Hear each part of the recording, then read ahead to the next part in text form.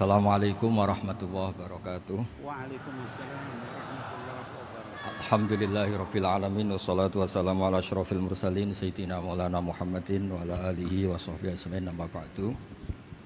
Ingkang sangat kula hormati niki wonten Habib Nabil, semua keluarga besar Habib Mungtir, semua min usulihi wa furuhi sedanten ingkang kula hormati.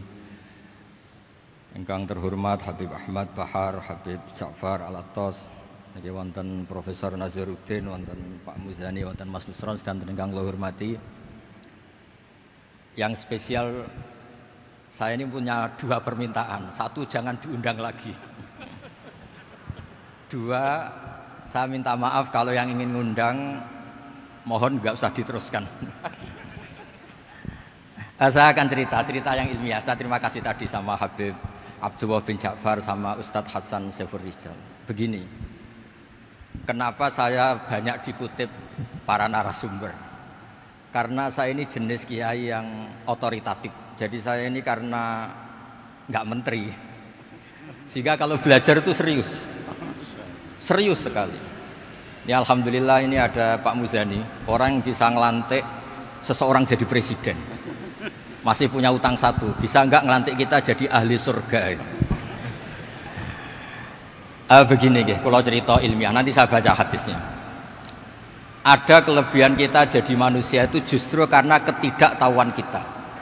Kita tentu hingga detik ini tidak melihat surga langsung, tidak melihat neraka langsung, apalagi melihat Allah Subhanahu wa Ta'ala. Tapi selalu ada teori. Dan ini dibenarkan oleh semua ulama karena ini nas itu mansuh. Geniku di antara kelebihan Rasulullah SAW adalah diutus kafatal linnas untuk semua orang.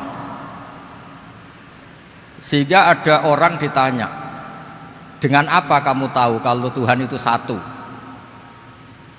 Orang ini dengan enteng menjawab, innal isnaini, angka 2, 3, 4 dan seterusnya. Nisbatu dzalika ilal wahid nisbatul far'i ilal asli. Jadi segampang itu nerangkan ayat qul huwallahu ahad. Allah itu satu. Karena angka itu 2, 3 sampai 1 miliar 1 triliun. Nisbatu dzalika ilal wahid nisbatul far'i ilal asli. Semua itu asal usulnya satu.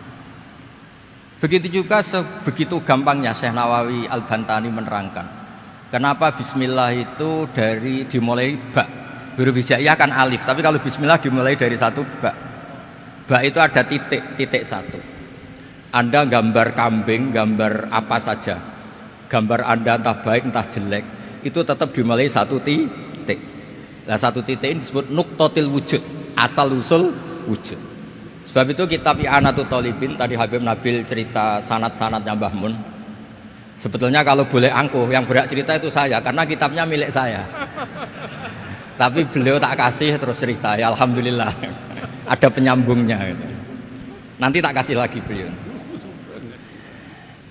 Ya memang yang paling berhak beliau karena turunannya itu. Tapi kitabnya dari saya, jadi ya satu-satu. Kitab I'anatul Thalibin itu dikarang oleh ulama top, namanya Said Abi Bakar Syato. Beliau punya murid yang sangat terkenal di Indonesia, namanya Syekh Mahfud At-Turmusi. Syekh Mahfud ini punya murid, diantaranya yang paling terkenal tentu Mbah Hashim sama Mbah Ahmad Dahlan, pendiri Muhammadiyah. Jadi kemudian kitab I'anah ini populer sekali untuk menerangkan fikih-fikih di Indonesia.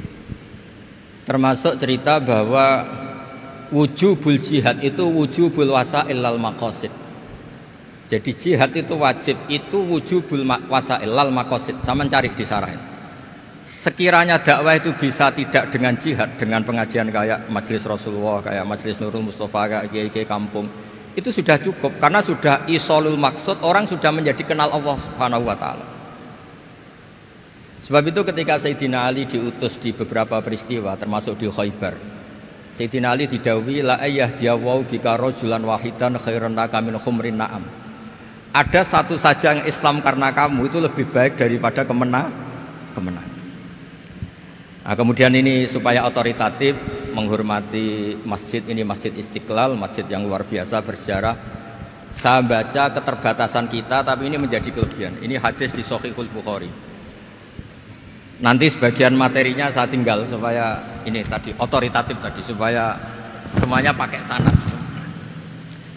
Ini hadis dari Shahihul Bukhari, sehingga Anda tidak perlu tanya ini sahih apa enggak, karena ini di Shahihul Bukhari. Ikutnya nomor hadisnya itu 6408. Monggo kalau mau dihafal. Biasanya jenengan kan hanya hafal Arba'in Nawawiyah. Ini hadis ini nomor 6408.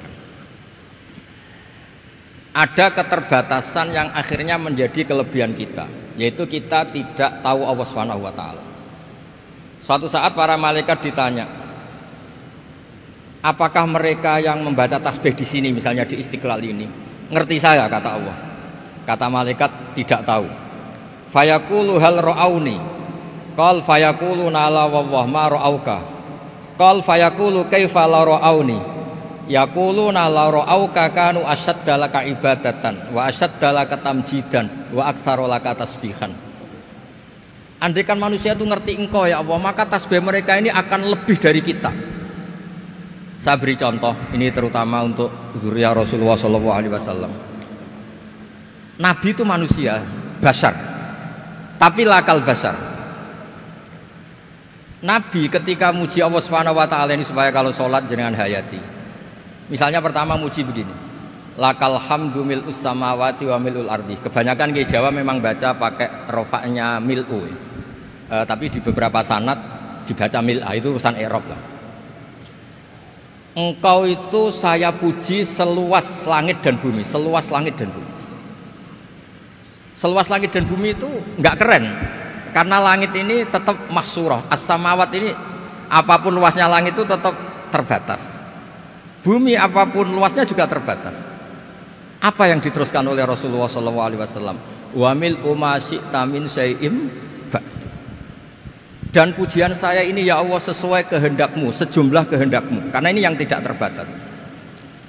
Begitu juga ketika Nabi dengan keterbatasan sebagai manusia, bukan sebagai Habibullah, atas nama manusia. Nabi itu punya dua sisi, kadang sebagai basar, kadang sebagai Habibullah. Dan sama-sama penting untuk mengawal Islam ini. Saya ulang lagi, sama-sama penting untuk mengawal Islam ini. Ketika Nabi sebagai basar ngendikan begini, la nuhsi Allahumma lakal hamdu hamda yuwafi ni'amaka, misalnya pakai mukhatab, wa yukafi umazidak. Saya memuji engkau ya Allah dengan pujian yang sesuai jumlah nikmatmu, wa yukafi umazidak, dan bisa berserasian dengan tambahan-tambahan nikmatmu. Tapi apapun luasnya nikmat itu terbatas.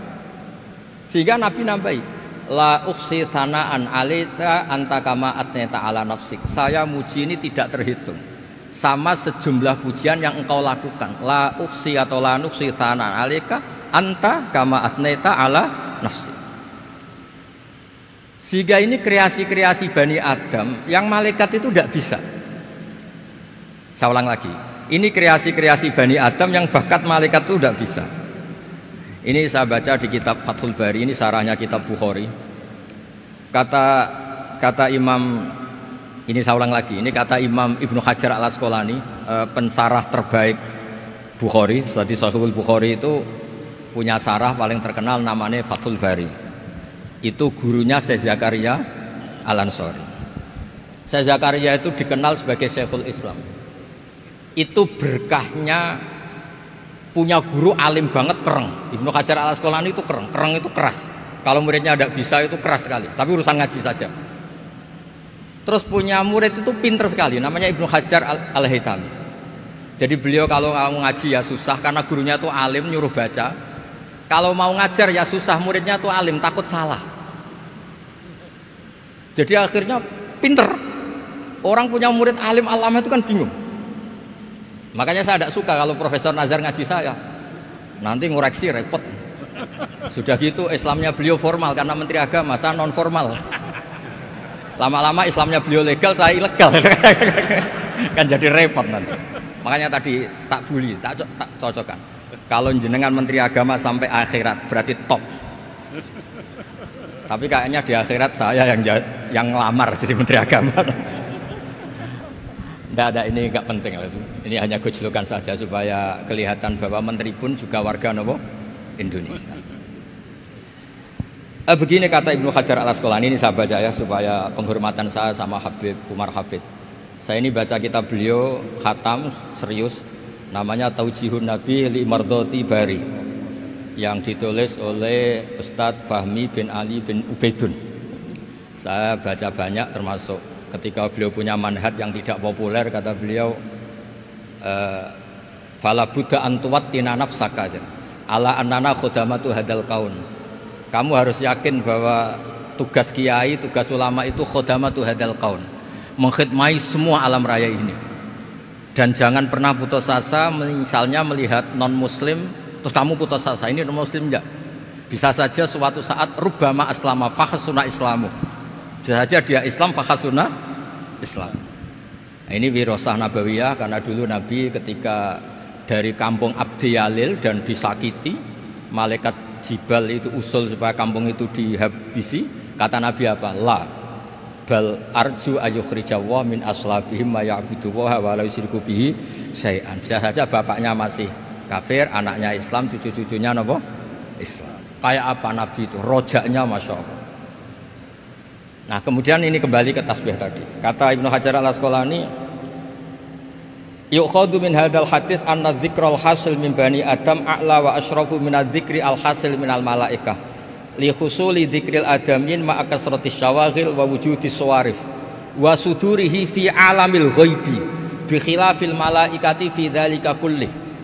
Jadi kita ini enggak melihat Allah langsung, enggak melihat surga langsung, enggak melihat neraka langsung. Tapi cara kita zikir, wis nek wis di neraka yo nuwangis tenan. Padahal yo ora mesti mlebu neraka, lha nuwangis tenanan. Kayak apa iman kita? Nah, iman seperti ini sesuai kriteria awal sing dikersana Allah, alladzina yu'minuna bil ghaib. Maka andekan saya ini kok dikasih mukasyafah sama Allah untuk melihat surga, saya milih enggak melihat supaya ngikuti yang tetap ghaib. Nanti kalau saya melihat langsung kemudian iman, kata Allah, akeh tunggali aku iman mau melihat itu. Jadi kadang-kadang keterbatasan kita ini penting. Makanya masyhur Nabi pernah ngendikan tuba liman ro'ani wa amanabi, tapi wa tuba liman lam yaroni wa amanabi. Kalau orang melihat saya kemudian iman itu biasa. Ini orang zaman akhir tidak melihat saya tapi iman. Kadang-kadang itu enggak lewat Habib yang ganteng itu enggak, lewat Mudin. Wis Mudin di kampung rapati di dhuwit, ngono iku mulang tauhid ya mandi. Islam itu digawa Habib ya mandi, digawa menteri ya mandi, digawa Mudin ya mandi. Karena Islam itu kafatal napa kafatal dinnas. Nah yang enggak dipunyai malaikat adalah tadi seperti cerita saya tentang Imam Amudi. Segampang itu. Makanya di tradisi pondoknya Mbah Maimun itu ada tradisi qaddimid dirayah ala riwayah. Logika riwayat itu penting karena itu menjadi nyaman. Ya kayak tadi, Allah itu satu. Ketika kita berpikir angka 2, 3 sampai sekian miliar, sekian triliun, nisbatu dzalika ilal wahid, nisbatul far'i ilal asl. Semua itu dibanding angka 1 adalah cabang.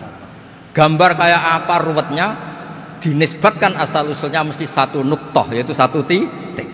Nah satu titik ini kata pengarang I'anatul Talibin, bi kana makana wa bi yakunu mayak. Nah kemudian terakhir ini enggak boleh lama-lama. Kalau lama-lama nanti sampean pinternya nyanyi saya, jadi itu sudah. Tapi enggak apa-apa lah. Saya ini termasuk kiai yang sudah diundang. Ini termasuk Pak MPR, enggak boleh ngundang saya. Pak Nusron apalagi enggak boleh. Itu kalau di kampung sama saya hormat, kalau di sini kok kayak menteri gitu. Menteri betul tapi. Lawang gurunya dia itu teman saya gitu. Jadi tanya ini kalau enggak percaya. Makanya kalau sama saya beliau cium tangan, saya sebetulnya ya nggak siap dicium tangan menteri itu nggak siap. Apalagi dihormati Pak Nazar nggak siap, nanti dikira minta haji malah repot. repot. Saya ini tadi bisik-bisik itu urusan ilmu tasawuf, ya ada urusannya dengan haji. Nah, cocokan. Kenapa beliau suka ilmu tasawuf? Saya kan sering lihat beliau ceramah di TV. Katanya obat Gus obat. Orang kalau belajar tasawuf kan kepenak itu. Kayak wis ahli swarga kan kepenak di tasawuf itu kan memang. Sekarang saya cerita tentang ini karena bidang yang saya tekuni. Ada kitab tentang Ulumul Quran, namanya Al-Mufradat fi Gharibil Quran, dikarang oleh Ar-Raghib Al-Asfihani. Ini kitab luar biasa. Di situ hanya cerita lafat-lafat per kata. Saya tadi sebelum kesini ngajar dulu di pondoknya Beki, Baitul Qurannya Pak Kures, karena memang saya termasuk pengajar di sana. Artinya kalau saya sering ke situ, jangan iri, memang saya termasuk pengajar di sana. Termasuk pengajar yang keren maksudnya. Keren itu artinya pakai referensi, bukan asal. Begini kata kitab itu. Rasulullah SAW itu kan punya nama Muhammad, orang yang banyak sikapnya atau semua sikapnya terpuji. Termasuk ketika sebagai manusia, sama kita termasuk ketika sebagai apa? Manusia. Sebagai manusia aja Nabi gak pernah salah. Begini kata kitab itu. Nabi-nabi yang keren-keren itu, sama lihat di Ahadits Syafa'ah, itu masih egois. Ketika ada haulul mauqif, ada prahara mauqif, itu semua Nabi bilang nafsi, nafsi, nafsi, nafsi. Ketika dimintai syafaat bilang nafsi, nafsi. Tapi Rasulullah SAW itu beliau ngendikan ummati, ummati. Dan beliau ketika dimintai syafaat kata beliau, sudah, analah, saya bisa memberi syafaat. Kata beliau, fa'akhirru lillahi ta'ala sajidan fayaqulu li ya Muhammad irfa' ra'sak wasal tu'tah wasfa'tu syafa'. Kayak apa hebatnya Rasulullah SAW? Umumnya para nabi melihat akhirat itu sudah akhir dari semua amal. Itu menurut Nabi Muhammad gak keren. Allah itu gak bisa didikte akhirat. Allah itu Tuhan, tetap yaf'alu ma yasha. Jadi gak bisa misalnya sudah akhirat orang nyuwun sewu terus tanya, ya Rasulullah ini sudah akhirat kok jenengan sujud bareng ini gimana? Ini sudah nggak darul amal tapi ini darul jaza. Tidak bisa. Akhirat nggak bisa dibatasi. Karena akhirat nggak bisa membatasi Allah, Nabi tetap dengan rileksnya minta sama Allah. Fa ahmaduhu bima hamida 'allamani ya Rabbi. Kemudian saat itu saya muji-muji Allah dengan pujian yang luar biasa. Terus kata kitab itu, fa Muhammadun Ahmadu min ghairihi. Makanya beliau punya nama Ahmad. Ahmad itu afal tafdil, bukan fi'il mudhari' waqi' mutakallim. Ini pernah madrasah dulu di Kutsian. Tamat. Beliau kalau di rumah hormatnya tidak kayak tadi, lebih dari itu. Tadi di sini pejabat terus. Sembrono ya di sini itu kenapa itu. Ya tapi nggak apa-apa itu. Tadi sudah dipuji, akhlaknya baik, apa-apa baik, alhamdulillah. Fa Muhammadun Ahmadu min ghairihi. Ketika para nabi gak bisa muji Allah di mahsyar, bahkan mereka itu nyuwun sewu egois, hanya mikir diri sendiri, nafsi-nafsi. Rasulullah Muhammad ini punya nyali untuk muji Allah dan tetap mengajukan permohonan apa? Syafaat. Makanya disebut fa Muhammadun Ahmadu min ghairihi. Sampeyan lihat di Bukhari, di Muslim. Fa Ahmadu fi mahamida 'allamaniha Rabbi. Tetap muji-muji Allah. Bukti bahwa teori saya benar dan otoritatif adalah yang nggak bisa hilang di surga itu juga wiridan. Ketika kita masuk surga, apa kita kegiatannya? Da'wahum fiha subhanakallahumma wa tahiyyatuhum fiha salam wa akhiru da'wahum alhamdulillahi rabbil alamin. Nah, kemudian ini juga yang terus kemudian dinyatakan al-baqiyatus sholihat. Ini kalimat-kalimat yang abadi. Karena apa? Di dunia ya kita bilang subhanallah alhamdulillah, di akhirat dia bilang subhanallah. Kayak apa kerennya kita sebagai Bani Adam. Nah, makanya disebut alladzina yu'minuna bil ghaibi. Wong tidak melihat Allah, tidak melihat surga, tidak melihat neraka, tapi iman kita ini kayak iman sing musyahadah. Iman sing hakul yakin, ainul yakin. Kenapa demikian? Ya karena tadi kita diajari terus menerus oleh Rasulullah SAW. Yang terakhir saya cerita mukjizat. Ini juga terkait dengan betapa mudahnya hadaddin ini di logika, dicerna. Kata Rasulullah SAW, sabda Nabi di hadis, salang lagi ini hadis sahih di bab awal Fadailul Quran di Sahihul Bukhari. Dicek kalau nggak percaya dicek. Ma minal anbiya'i nabiyyun illa u'tiya minal ayati ma misluhu amana alaihil bashar. Wa innama kana alladzi utitu wahyan auhahu wa ilayya fa arju an akuna aktsarahum tabi'an yaumal qiyamah. Enggak ada nabi kemudian kecuali dikasih wahyu, dikasih mukjizat. Dan mukjizat ini dahsyat sehingga orang itu dipaksa iman. Kayak Nabi Soleh, ada unta besar keluar dari batu. Nabi Musa punya tongkat dipukulkan ke Laut Merah langsung menyibak jadi daratan. Tapi kata Nabi Muhammad SAW, kata, saya itu tidak punya mukjizat kayak itu, juga gak ingin. Saya ini dikasih mukjizat Al-Quran. Dan saya berharap karena mukjizat Quran ini adalah terus kemudian umatku menjadi yang terbanyak ila yaumil qiyamah. Sekarang kita berlogika. Ini kata kitab Fathul Bari lagi. Kita berlogika. A'jaza yu'jizu i'jazan. Sesuatu yang menjadikan orang lain gak mampu disebut i'jaz. Kemudian karena ayat menjadi mukjizat, sesuatu yang kita sepakat tidak mampu. Nah kalau itu masalahnya, tongkat dipukulkan laut kemudian menjadi kering, kita mampu enggak? Enggak kan? Tapi pertanyaannya, Anda bikin nyamuk mampu enggak? Enggak kan? Anda bikin sapi, bikin unta mampu enggak? Enggak kan? Makanya Nabi Muhammad SAW cukup, sudahlah kamu itu manusia, bahkan sekedar menciptakan lalat itu udah bisa. Inna Allaha la yastahi ayyadriba masalam ma'aba'udatan fama fawqaha. Kemudian mukjizat ini sama Nabi dicontohkan hal-hal yang keseharian kita. Wa min ayatihil lailu wan naharu wasyamsu wal qamar. Sekarang peristiwa laut dibelah Nabi Musa dengan matahari yang enggak pernah turun mesin, itu keren mana coba? Keren matahari yang enggak pernah turun mesin. Terus kata Ibnu Hajar Al-Asqalani, li'annal mu'jizat al-madiyah kanat khisyatan tusyahadu bil absor kana qati soleh wa asa Musa wa mu'jizatul Qur'an tusyahadu bil basirah fakana man yattabi'uhu atau yatba'uhu li ajliha aksar fa innal ladhi yusyahadu bil absor yang qaridu bingkiradi musyahidihi wal ladhi yusyahadu bil basirah bakin. Ya saya ulang lagi, bakin. Ya, bagian terus disaksikan orang sing ja'a badal awali mustamirron. Begini logikanya. Mukjizat kayak nakoti Soleh atau Asa Musa yang terkenal. Saya andaikan jadi umatnya Nabi Musa terus dikasih tongkat itu, terus bisa apa coba? Ketika kita punya utang disuruh nyaur, ya nggak bisa dipakai jaminan kan. Sudah gitu orang tanya ini asli apa enggak? Kalau asli buktikan, kan ya repot. Tapi kalau kita jadi umatnya Rasulullah SAW ditunggoni Quran, punya banyak masalah resepnya sabar. Kalau nggak bisa sabar ya nyari kiai-kiai tukang ijazah nak menodongannya mandi. Karena orang mensifati Allah itu macam-macam. Makanya saya pastikan nggak ada agama yang mengajarkan rasional kayak agama apa? Islam. Makanya liqaumi yaqilun liqaumi yatafakkarun. Coba misalnya nyamuk. Kamu bikin nyamuk tidak bisa kan? Nyamuk punya organ tubuh kecil, organ tubuhnya punya urat. Kamu mikirnya kayak apa? Sekedar bikin patungnya saja tidak bisa, apalagi bikin nyamuk. Jadi untuk mengakui kudrohnya Allah yang tidak terbatas dan kita lemah, itu udah usah nunggu peristiwa kayak terbelahnya laut. Cukup wa ma min dabatin fil ardi wala ta'ir yatiru bi janahihi illa umamun amsalukum inna fi khalqis samawati wal ardi waqtilafil laili wan nahar, seterusnya la ayatil liqaumi yaqil.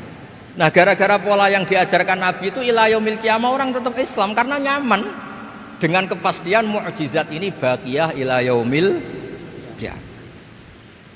Itu kayak apa baiknya Nabi? Makanya saya suka tadi burda yang dibaca. Ada ulama kayak Muhammad bin Said Al-Busiri yang ngarang burda. Itu kalau berpikir itu sederhana. Ngeten lho Gusti, malah nerangno pangeran. Lama da'awa da'ina li ta'ati bi akramir rusli kuna akramal umami. Ngeten lho Gusti, karena Rasul Muhammad itu terbaik, ya logikanya umatnya juga terbaik.